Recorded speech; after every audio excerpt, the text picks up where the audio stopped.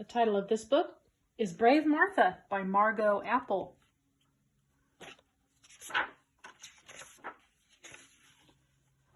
Once there was a little girl. Her name was Martha. She lived in a big old house with her mother and her father and Sophie.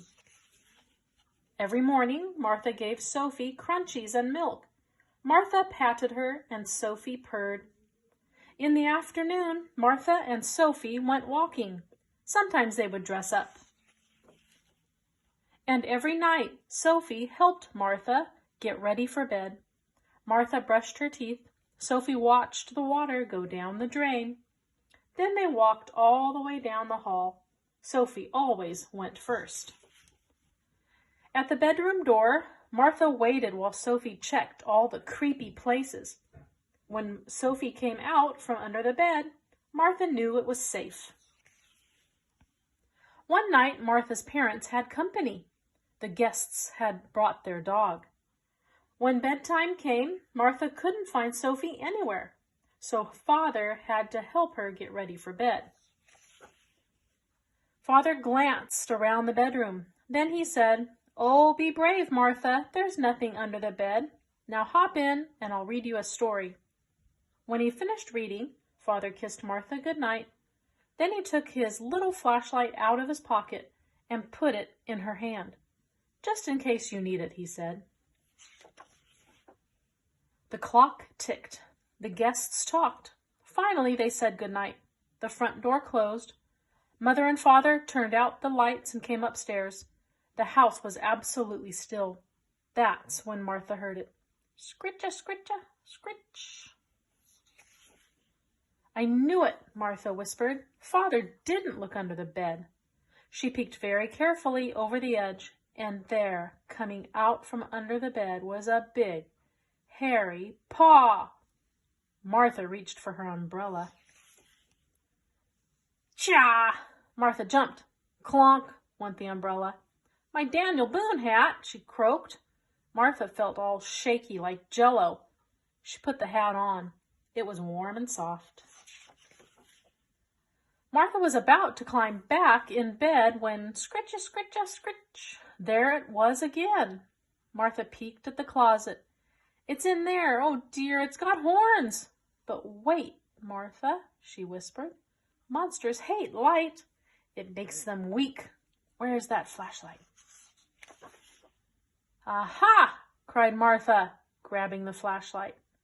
"When the light hits it, it'll faint." She poked the door open. She aimed the light into the closet. "Owl?" Martha blurted. "I forgot you were in there." She swooped him up and flopped down on the bed. Scritcha, scritcha, scritch, scrape. There it was again, louder than ever. It was coming from the dresser. The middle drawer wiggled. Slowly it opened inch by inch. All at once, there were two big yellow eyes staring back at Martha. She screamed, "Eee!" "Papa!" Martha cried. Then she heard a shuffle and a grunt, followed by a tremendous thud. There was a thump, thump, thump coming toward the bed. "Oof," said Martha. Something landed on her. It was so heavy that she couldn't breathe. "Help," she gasped. It answered, purr, purr, purr. "Oh, Sophie, it's you." Martha hugged Sophie tight. "Now we can go to sleep." And they did. The end. Hi, Fiker Dragons. It's Mrs. Rebensdorf. I thought it would be fun to kind of do a little behind the scenes of how I actually read these books to you and get them on the internet to you. So, at first I thought, well, I'll just hold the book and then I'll flip through the pages while I'm reading it. And that didn't really make sense to me because I really wanted you to see these books close up, like if you were actually reading the book. So I decided, let me get a close-up of the book.